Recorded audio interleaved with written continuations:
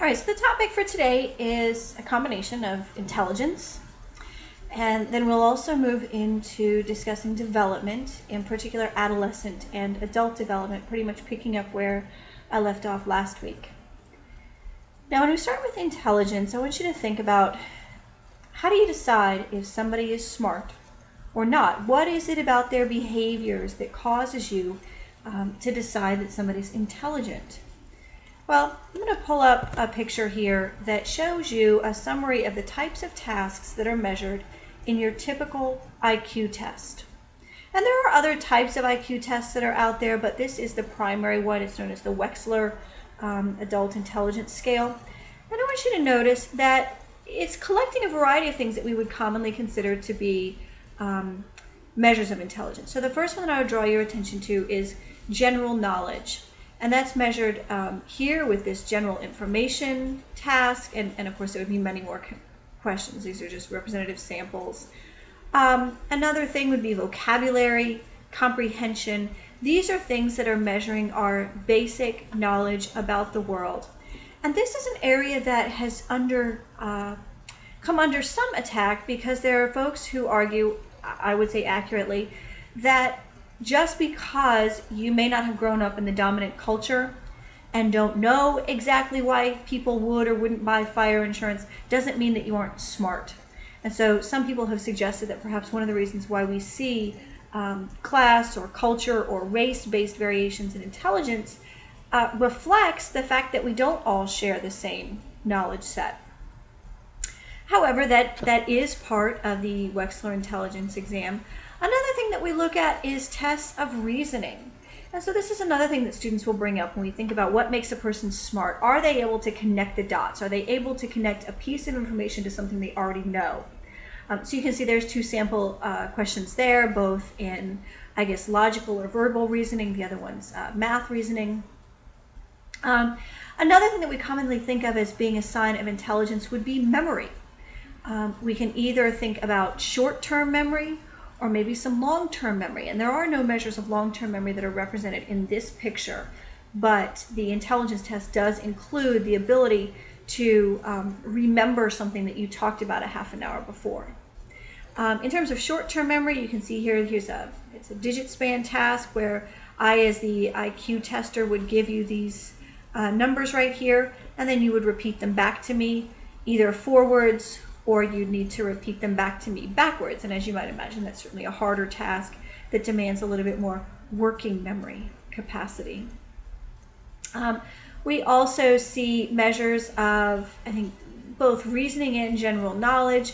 This picture completion here, where you have to figure out what is missing. And I struggle with this one. I'm assuming it's the 19 for 1985 and telling us what the month is. The picture arrangement, this is sort of a logical reasoning ability to move the pictures into some order that makes sense. The block design would get into spatial reasoning. That's one that I always do really just horribly at. And the object assembly is something that's very similar, but instead you have a more familiar object. Final thing that I would draw your attention to is this digit symbol substitution. So wherever you see a 1, you'd put in a triangle. Wherever you see a 5, you'd put in a diamond. And this is a really straightforward task, and actually what it measures primarily is processing speed, how quickly a person thinks. In some ways it can also measure the ability to generate strategies on how to do this task, but it's really just a measure of how quickly can you just go back and forth, back and forth, back and forth, and make that sort of translation. So this is a representation of the Wechsler Adult Intelligence Scale, and it's classically what we think of as being intelligence. Now, in the book gets into a couple different people's definitions of intelligence. So it talks about Robert Sternberg's definition, which I have here. It talks about Gardner's multiple intelligences. He argues that there are 7 different aspects of intelligence. And Sternberg makes the argument that the IQ tests that are out there, like the one that I just showed you on the last slide, our SAT tests, our grades in school, all of these things are getting at analytical intelligence. This is something that definitely in the US and Western European cultures we really emphasize. We want you to be able to break down problems into their basic fundamental pieces, to compare and contrast, to think about individual details of something. And so somebody who's really good at analyzing or has really good critical thinking skills, we as educators will commonly label that person as the smartest of the group. And Sternberg, who created this idea, took issue with that because he said that he actually had a lot of problems in school. He didn't do well with analytical intelligence. However, he grew up to become one of the foremost psychological researchers and incredibly well published. And he argues that one of the reasons why he's been so successful is because he has strong practical and creative intelligence. And I would say probably in healthcare, it demands all three of these. Most careers do, but I see a lot of practical intelligence. So sometimes this is called street smarts, but it's really taking practical applications of information. You know, I'll be the first to admit that I think I'm probably pretty strong in analytical intelligence. I can do good in classes, I can do well on tests, but in the real world, I have quite purposely not taken a job in the real world because I don't think I do too well with practical intelligence, and I would imagine many of you going into healthcare probably would. And I think healthcare, like a lot of jobs, also demands a great deal of creativity, coming up with novel solutions to problems. If you don't have the right tools, whether you're in the hospital, whether you're on the ambulance, if you're in a doctor's office, you don't have the right tools, you need to come up with some new thing to do. This brings me to the topic of how intelligence might vary by culture. So I said on the last slide that one of the things that we really value in the US and in Western Europe is an analytical intelligence. We are really trained to focus in on specific aspects, specific pieces of a problem, break things down into their fundamental parts. And this is something that we consider to be field independence, meaning when we look at a problem, we focus solely on a particular piece, independent of the background. So we could maybe say exhibit background independence or field independence. And so we would ignore the other aspects. And I would actually say that Western medicine is maybe has been criticized for engaging in this field independence, where if somebody comes in with a backache, a physician will solely look at just their back without looking at other aspects of the person's body, of the person's health, of the person's mental health. And so what happens in our Western culture is because we are so encouraged to just focus in on these particular pieces, it leads, yes, to great analytical intelligence. It also enables us to develop good inhibition because we learn to inhibit or ignore that background information. Now I want to contrast that with a more Eastern or Asian approach. For a long time, Eastern medicine has been applauded because it looks at the whole, the holistic aspects of a problem. So you can only interpret this piece if you understand all of the surrounding pieces as well. So if we take that into the medicine example, if somebody came in with back pain, if I'm taking an Eastern approach, I'm not just going to focus on that back, but I'm going to look at how are other parts of your body doing. I'm going to look at how is your stress levels, what is your state of mental health. I'm going to want to look at all various aspects of your experience. And that would be a more field dependent, meaning your experience is dependent upon all of this other stuff. Now with Easterners, they don't have the same level of inhibition. They don't do as good of a job at ignoring the background. However, where they excel is the ability to integrate multiple sources of information together and do that holistic processing. So I guess I would summarize all of this by saying the Western approach is more about the whole. The Eastern approach is more about the whole of everything, and the Western approach is just looking at pieces or parts.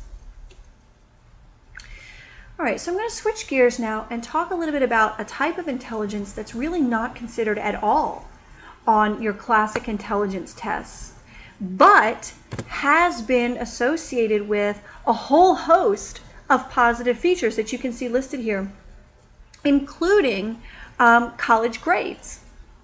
So even though this is not a measure of memory or analytical thinking ability, this emotional intelligence is a great predictor of academic and professional success.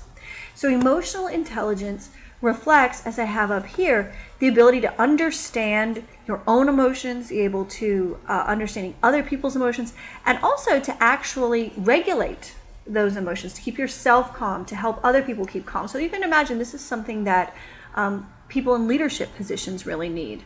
And I think something that's also really important is this ability to use emotion to solve problems, to use maybe another person's anger or fear or satisfaction with something to solve some type of problem. And it's not really manipulation per se, but I think having an understanding of emotions does enable us to be more successful. Now, there are a variety of ways to measure emotional intelligence. There are plenty of little surveys and checklists, but I think one of the most clever studies that are out there is a test called the marshmallow test.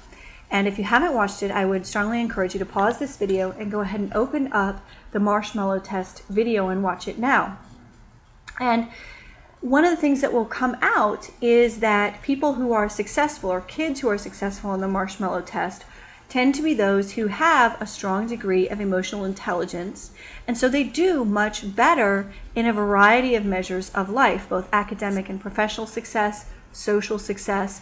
And the key thing is the marshmallow test gets into a person's ability to monitor their desires and engage in self-control. And as parents, one of the things that we can do is to help our kids develop greater self-control by helping them develop greater emotional intelligence. And I have some suggestions that have been put forth by the researcher that's featured in the video right here. So like I said, take a look at the video, and when you're done, go ahead and come back. All right, now I want to switch gears and talk a little bit about the variations that exist in intelligence. And the reality is that IQ scores vary considerably across people.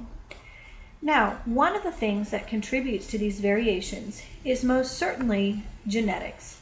So if your biological parents are really intelligent, it stands to reason that you're going to be really intelligent as well.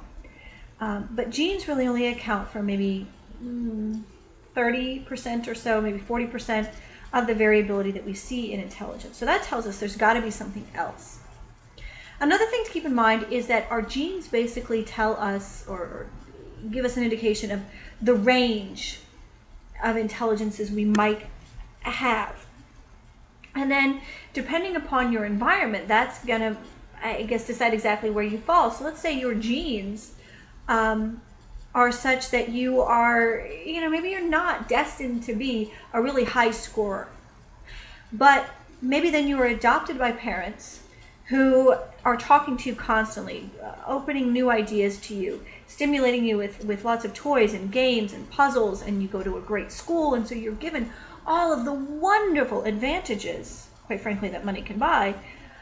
What is going to end up happening is, though, even though your genes are saying, you're going to be in kind of the average range, because you've had so much help, you're going to end up being at the top end of that range of your intelligence. So it's a combination of both sort of a genetic predisposition as well as a whole host of other factors. Now, one of the things that I'm asking you to do in your discussion board is to consider possible explanations for racial or class variations in intelligence. And I do want to tell you that we see a significant difference in IQ between Black and white Americans. So with whites outscoring on average, I think they score about 15% higher than Black Americans. We also see that Asian Americans will outscore white Americans. And I will tell you, though, that genes really cannot explain this variation because there's very little genetic difference between somebody who has dark skin and somebody who has light skin.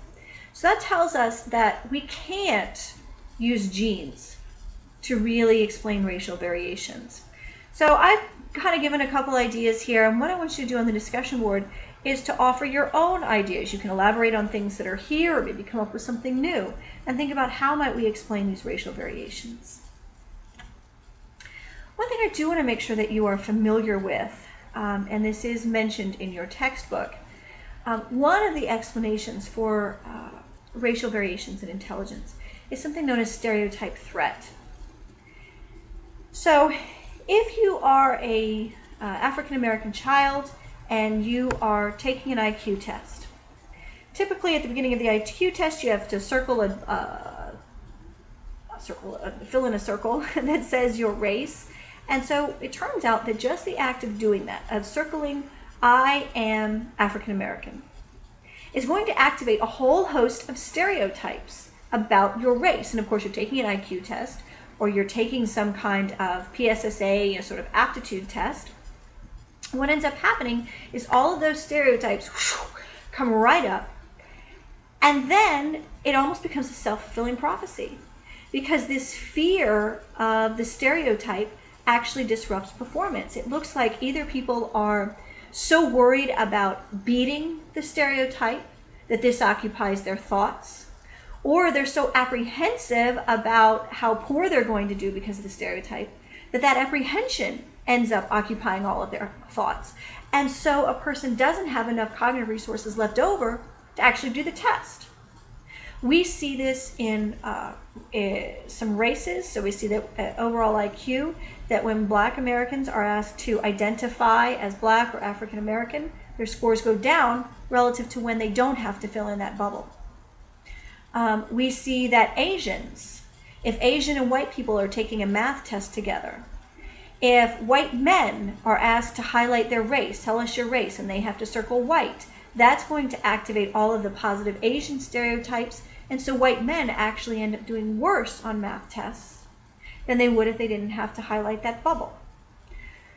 So stereotype threat, we have seen this in a variety of areas. When elderly are asked to do memory tests, women are asked to do math or spatial tests, African Americans are asked to do an IQ test, and it seems like we basically live down to those stereotypes. And so I guess one simple take-home message is that it might be useful, even though this is kind of controversial. There's some psychological evidence to suggest that perhaps people should take tests with people who are of their same gender or same ethnicity, because it reduces the effect of this stereotype threat. Or at the very least, don't have them fill in that bubble, or have them fill in the bubble at the very end of the test so as not to activate that stereotype. Now, another form of self-fulfilling prophecy is that quite often educators can impact the IQ development of a child depending upon what their expectations are for that child. So if I am a teacher and I think that George Vasquez is not going to be very successful because, I've worked with maybe a whole bunch of other Latino kids and they weren't very successful, so I don't have very high hopes for little George here. I am going to treat him differently. And sure enough, at the end of the year, he's not going to develop as well as, let's say, Taylor Kennedy or somebody like that. A nice white name there. And we saw in a research study that when teachers were told, they were told falsely that certain members of their class were going to be IQ spurters, people whose IQ were going to jump over the course of the year. Now, in reality, those kids, there was nothing special about them. The teachers were lied to. But what the researchers found was that at the end of the year, those who had been labeled as spurters showed much more improvement in their IQ scores relative to the other kids. And so one of the things that I encourage you to think about as you're answering that IQ question on the discussion board is why, what are the teachers doing, what are the kids doing, what's happening in that classroom that causes these kids who are falsely labeled as being special to actually live up to the teacher's expectations, even though they weren't even aware that they had been labeled spurters. So what is driving that difference?